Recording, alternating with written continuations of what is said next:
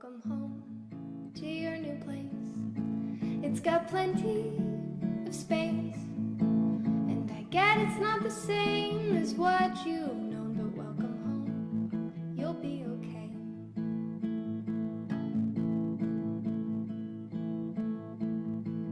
You've been attached to material things, but that's not the joy that life brings.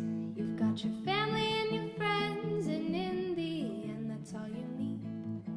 You will see. So in with the new, and hugs to the old. Things aren't quite as black and white as what you've been told. 'Cause you won't forget, but you can move on. Maybe just sit down and write a song.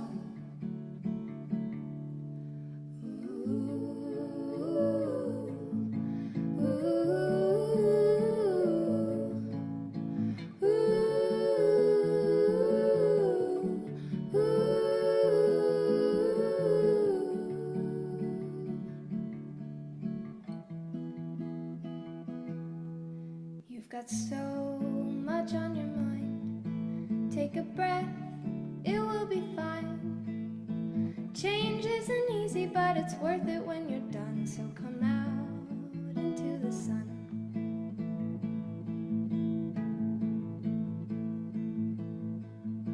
Welcome home to your new life. It'll greet you with a smile. There's so much more to come, and you don't even know how great it is. So welcome home. Here we are again, my friends. I'm giving you a few more seconds yet again because I'm extremely excited. My name is Mark Duncanson. I'm back here, Pleasanton Live. Thursday, 7 o'clock. We're going to meet an artist, sometimes a business, sometimes both, but tonight we meet an artist. Before we get going on our main featured guest tonight, I would like to let you guys know that there's a lot of fun things coming up in April from the Firehouse. One, Bill Harley, like songwriter, storyteller, folk master, Bill Harley. Go to the Firehouse website, firehousearts.org, to get your tickets. It's happening this month. We also have Creatures of Impulse, has 3 more programs coming up, 2 in April and 1 in May. And then our main stage show for May happening online, virtually, live stream in May, our big end of the year show. So please go to firehousearts.org/COI, firehousearts.org/COI to get tickets. We have the Teen Mysteries, COI Teen Mysteries. That's where middle school students come. And you get to be a part of the show. You get to make the accusations. It's based on the Circle Game Mafia, a Creatures of Impulse member years ago. Kirby actually adapted Mafia the Circle Game to be an improv show format. And we've performed it as a staged show, but we also perform it as a middle school murder mystery dinner theater. And on Zoom, it's a lot of fun. The middle school students get to make the accusations and get to banish people. And they can come in costume, come in a character. This time around, it's fantasy again. It's kind of fantasy. It's going to be a good time. Okay, just go to firehousearts.org/COI. But also, the High School Music Collaborative has their annual Youth Music Festival performance. Again, a live stream here on Zoom, as well as we're going to be saving that for YouTube. But we want you to come and be in the room, support youth in the arts. We want you to be in the room to hear our young performers, our musicians. There's going to be original music, and it's going to be emceed by the members of HSMC Radio. That is a new arm of the program, HSMC Radio. Their podcasts are going to be dropping very soon. Our first one is a listening party that we listened to a John Lennon album. So we're going to be dropping that podcast soon. Still a lot happening. Go to firehousearts.org/HSMC for more and to buy tickets to the Youth Music Festival live stream performance. That's for the whole family. So make sure to get your tickets to that. We want you to support youth in the arts, so we build a foundation when we land back at the Firehouse. Okay? When we get in there, you're going to want to be on the train, because once the train starts, we're going to be moving, homies. So get your tickets, firehousearts.org/COI and or HSMC. Now, let's talk. I love Pleasanton Live because I get to meet new artists. I get to learn more about Pleasanton businesses. But as recently in season 2, we've been going back and learning more about some folks that have come up in Pleasanton, that have either performed on the stage or have come through our programs at the city of Pleasanton because they've also lived in Pleasanton. And the next person just holds a special place in my heart.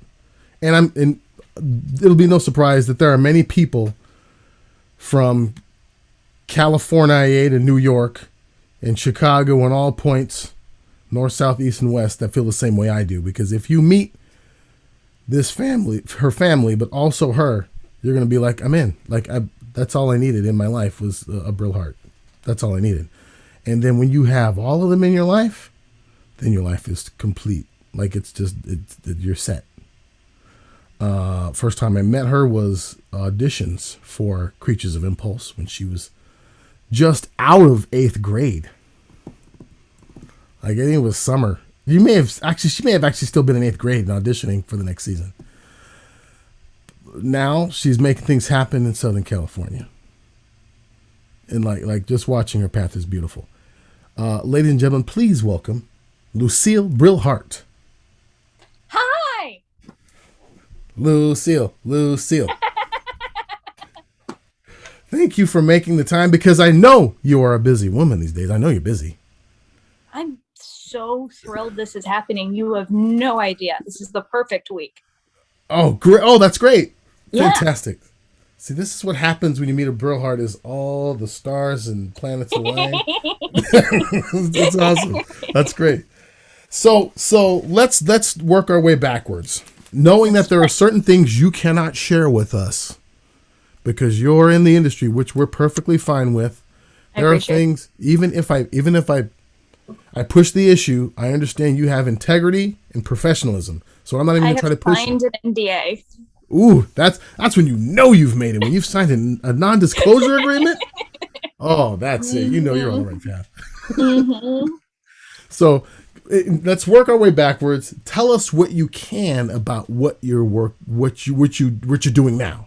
Yeah. So I'm working on this brand new pilot for HBO Max through Sony Pictures, which is so exciting because I'm literally starting on the ground floor. I was in there my first day. I was one of 6 people, and It just kept building from there. And it's fascinating just to see it go from a handful of producers, the writer, our COVID safety manager, to suddenly a full crew of 140 people. Wow.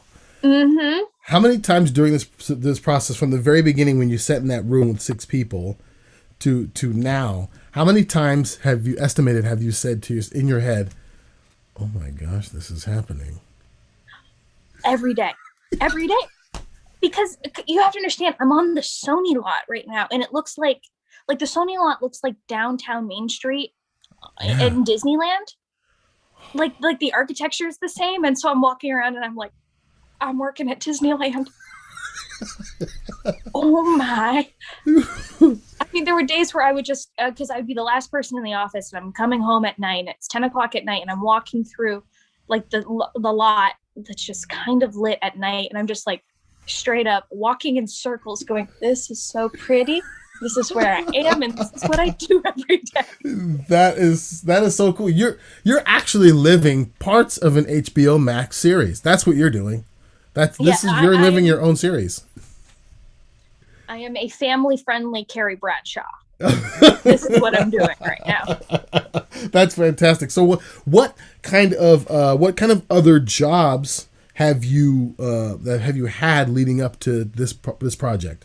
Yeah, so I worked on a Channing Tatum film right before this. It's called Dog. It is coming out in July, which was crazy. It was my first feature film to work on. And I was there from pre-production all the way through wrap.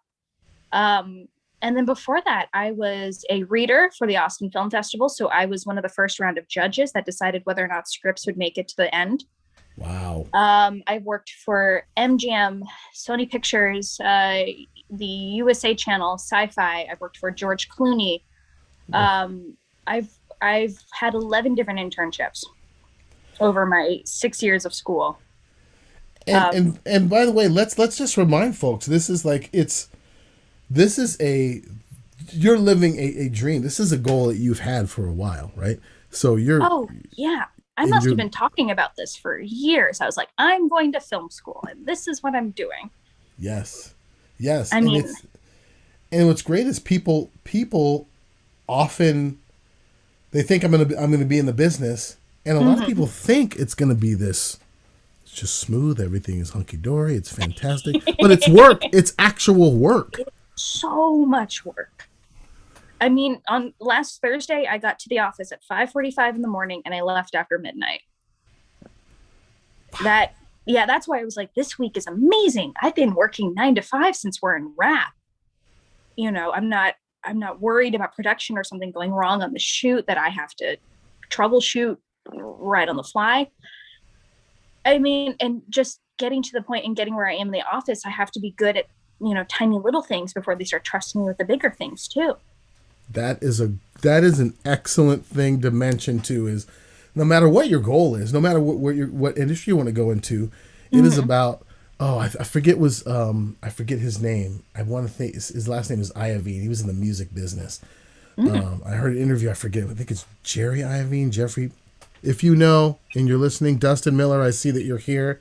I know Iovine. So write it in the chat right there. But he said, be ready to be of service.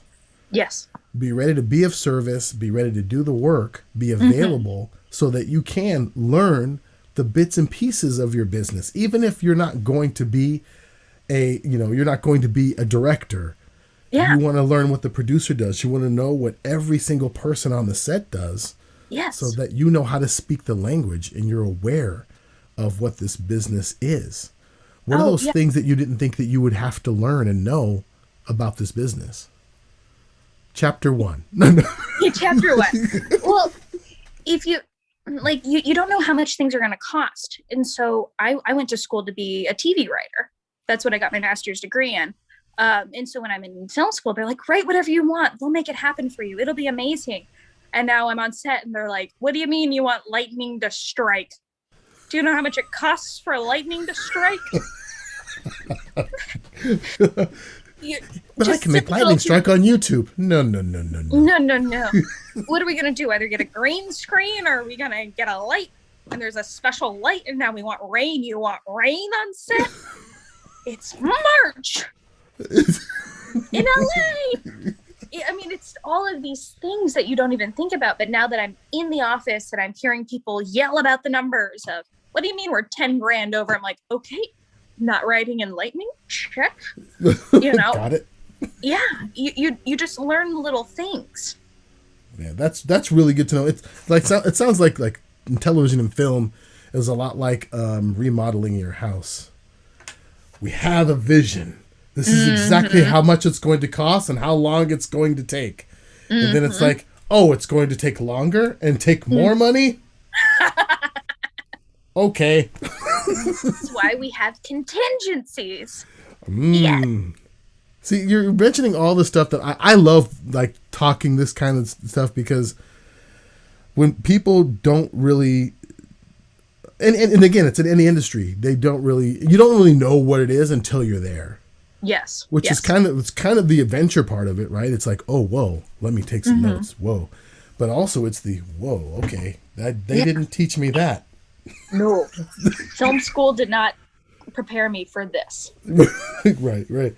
But still, that's when you know you are meant for a certain industry, is when you are willing to not only go to school for it, get your master's, yes, please, but also do the work that it takes to, that even isn't even sometimes part of what your major goal is. But now when you sit there and what your main goal is, your North Star, you'll be able to sit back and go, whoa. Yeah. Thank goodness I had all those experiences.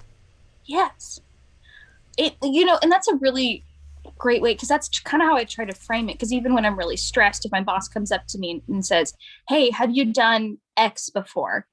You know, there's two ways of looking at it. Either I could get really stressed because, oh no, I haven't done X before, and now you're adding X to my plate, or, oh, this is something I can learn that's really useful to me. And yes, it's going to take more time, but now I'm going to be significantly more qualified for the next position that comes around because I can do X, and now I'm really good at X. That's fantastic. That's fantastic. That's one thing I have to tie in with you personally is I'm looking back at my life right now, and the ultimate goal at first when I was in like fourth grade till I was about junior in high school, I said, I'm going to be a veterinarian. I'm going to be a veterinarian. I worked at a veterinary clinic. I was ready to go. And then I discovered theater, and I was like, you know what? I want to be an actor. I was right around my senior year in high school. I switched. I was like, I'm going to be an actor. And I started becoming an actor after high school, going to school for it, and heard more and more stories about starving actors and auditioning more than you're working. But I discovered youth work, and my mentor in youth work said, hey, you're good at this. You should be doing this. And then I learned I could put both together, and I can inspire others to do. And now I have, looking back, what the city of Pleasanton's given me is an opportunity to learn more about the thing that I love, which is the arts, and work in the arts and inspire people. And now I have a vast amount of experience in children's theater and producing shows, which I never thought I would do. Never thought I would have. And now I'm looking back at my resume and going, whoa, this is cool. And I applaud you for sticking with your goals. Yeah, because it's hard. I mean, the first day of film school, you go in there and all of your professors tell you to leave. Not a joke. They come in there and they go, if you can do anything else, I want you to leave right now. Wow. Yeah. And we're like, what? You know, because I got into a really good film school for undergrad. And it's weird going in and being like, oh, cool, I did it. I got into the film school.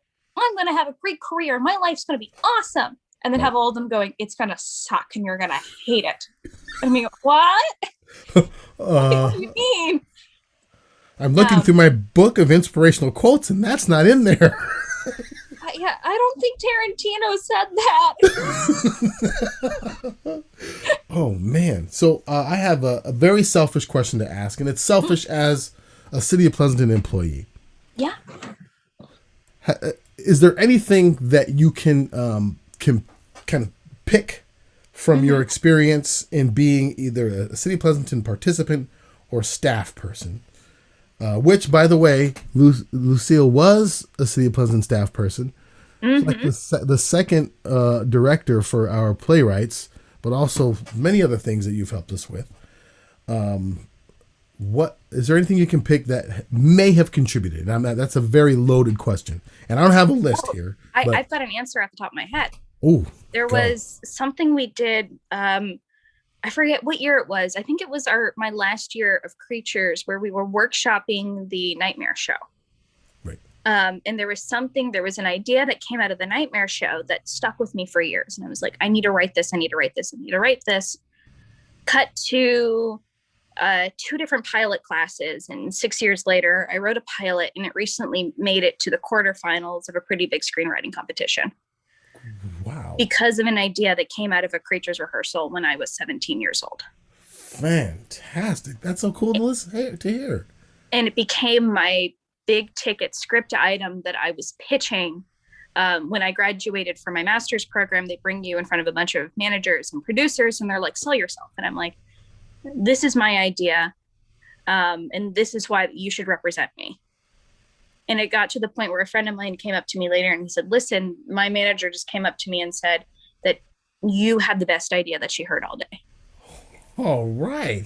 And that's all born out of an idea that we workshopped at a Creatures rehearsal. That is fantastic. I'm so glad to hear that, because that's one of my favorite things that happens in improv is the ideas that happen as a result of just playing. Yeah. And workshopping ideas. Yeah.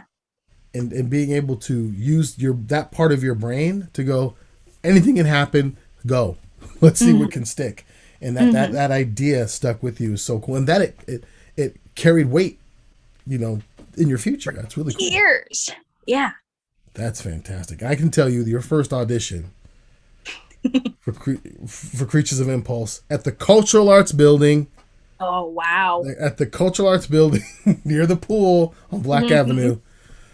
I literally was sitting there with Salim Razawi, and we were like giving scenarios. Maybe we were doing stuff from scenes from nothing. And you went in, and there was one thing that I will always tell, and that I have always told people, current members of Creatures of Impulse. I was like, Lucy is a storyteller. Her audition, when she landed in, like, she was not playing a character. She was that character. And there was a point where while you were acting, when you were improvising, I wrote a note to Salim and showed it to him. And I think it said, "Come on now. That's a yes." My whole deal in starting Creatures of Impulse was, quite frankly, to elevate high school improv in the Bay Area. And when you stepped out on stage and did that, when you acted that part, I was like, This is exactly why I'm doing it, everyone. Improv isn't just being silly and funny; it's acting, and you're laying it down. It was cool. One of my favorite characters you played, I think we did. Was it Intergalactic? Was it? There was an improvised sci-fi. What was the series where you played like an owner or a worker? Like it was in a space cafe. It was like this waypoint for people. And I was like, this, again, she's doing it again, you guys. She's doing that thing where she made up a character and it's really cool. And she's following the rules of improv. It was awesome to see. And not only that, is again, you are someone that loves learning. You're someone that loves learning and strives to be professional in any situation. Like you can let your hair down, of course. You have your hair down right now, and you can just be like, hey, we're hanging out, we're chilling, we're talking frankly. But when you step into a situation of higher learning or recreation or work, you're someone. When you were like 14, I was like, I hope she wants to work here one day, 'cause she's about to work here.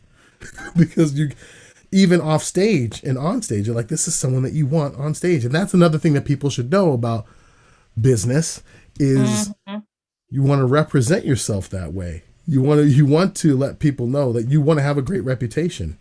You want to walk into a room and have someone go, hey, how's this Lucille? And then 10 people are going, Lucille, I want to work with her again. Like, great, you're hired. You want to represent yourself in a professional manner. And that's something that you do as well. Well, thank you. So, that's also, by the way, that's a great tip too for anyone who wants to go into this business. It is all about who you know and who knows you. So if they don't like how you act in an office, they will never bring you back again. That's a good part. We always hear it's who you know, but don't always put an emphasis on who knows you. And that is very important. You can represent yourself. You can make it look good on paper and look good on face value. But if people know you as someone that can't be counted on, it's like, oh yeah, they look good when they do it, but that holds huge weight. And I have, whether it's work or it's auditioning, this is for children's theater. I call other children's theater companies if I'm auditioning, if it's a big deal. I'll call, if it's work, I'll call their references and go, tell me about them. And if I hear something funky, that's good stuff. I can tell you, I said it before you came on. If you know Lucille Brillhart, you know what's up. Like, I know you're not looking to clean any of his windows, but like, would you hire Lucille to clean your windows? I'd hire Lucille to buy me shoes. Yes, and anything that life offered. Like, if she's looking for work doing something, I will hire her to do anything. And that's what you want people to say about you. Yeah. So what advice, this is what I asked the last time when Creatures of Impulse was on. What advice do you have for Creatures of Impulse members? as improvisers, as performers? As performers, I think a lot of it is, even if you're not confident about what you're doing, nobody has to know. There are so many situations where you walk out onto stage and you start doing a character and you think, ooh, I don't like this. This doesn't feel right. If you start getting quaky and you start showing it and you're like, oh, I don't like this, everyone will know and they won't believe you and follow along with you. Even if you don't like what's going on and what's in the moment, if you just commit to it, everyone else around you will buy it. And no one will know inside if you're feeling uncomfortable, if you don't want to do it in the moment. They'll still buy it and they'll go along with you and they won't be the wiser. And you start to actually settle into something. You start to discovering something. That's what I love. That's a great advice. You actually start you start to lean into the confidence that you do have. Yeah. And you have this journey where you're discovering the area, the atmosphere around you, the environment, and the character itself. That's great advice. Thank you very much. Someone's on the chat. First of all, thank you, Dustin. It's Jimmy Iovine that I was talking about. Dustin. Claire. I don't know who Claire is, but I think I know which pilot you're talking about. And wow, so good. Thank you. And please, Claire, don't even try to make any guesses on it. Well, we don't want to point anything back. We're trying to be cool here, Claire. One day it will be on my IMDb. Yes. Once it's on my IMDb, I am welcome to talk about it. Excellent. And by the way, I just found out. I see the picture and I know who Claire is. I know exactly who it is now. Like we all love and know who Claire is. Yeah, the like literally the biggest Creatures of Impulse fan. No one's beat Claire. If there's a trophy for super fan, it would just be Claire. Like literally every show when they were in high school was like, and there was probably one or two where it was like, Claire's not here. Guys, we can't do the show. Claire's not here. Show's off. Who's gonna yell suggestions? I mean, this is awesome. This is so great that you. It's so great catching up with you. Mm-hmm. So great catching up with you, and I only regret that I have not caught up with you earlier than this in person. But I'm so happy that you're able to make the time. And there's a lot of information that you shared with us that I'm going to share with our participants that are in my programs, because you are making it happen. You are living your dream. And by the way, living your dream doesn't mean that it isn't work, people. It is work. Yes. But it means that it's worth it. The work is worth it. The work is like, okay, yes. And there'll be moments where you're like, why am I doing this? Yeah, why is the alarm going off at 3:30 in the morning? oh, this isn't part of the dream. Got it. Okay. This is the work part. Cool. Well, I have to say I'm very, very, very proud to know you, proud of you, what you have done, are doing, and what you are about to do, whatever that is. And happy to be a blip on your radar, sister. A huge part of it. Well, thank you so much. A huge part of it. Well, ironically, this song is playing. We did it again, but this song that's playing, written by another staff person in our playwrights program. Yes. So, and Lucy was director in our playwrights program. So cool, you guys. We've done it again. We've learned from another artist in a different field. We're gonna keep that love going. Maybe there's someone else we know that's in the film industry. I don't know. But I want to make sure you guys know, I said it every week, take care of yourself. We are almost there. There's a light at the end of the tunnel. Continue to wear your mask, even if you are vaccinated, so we can really knock this thing out. And we don't have to have COVID-19 specialists on cruise anymore. We want to have a day where we don't need that, please. Mm-hmm. So Lucille can do her work and not have to worry about all that. So take care of yourself. Take care of each other. Be kind, please. It counts. And we'll see you next week. Bye-bye, everybody.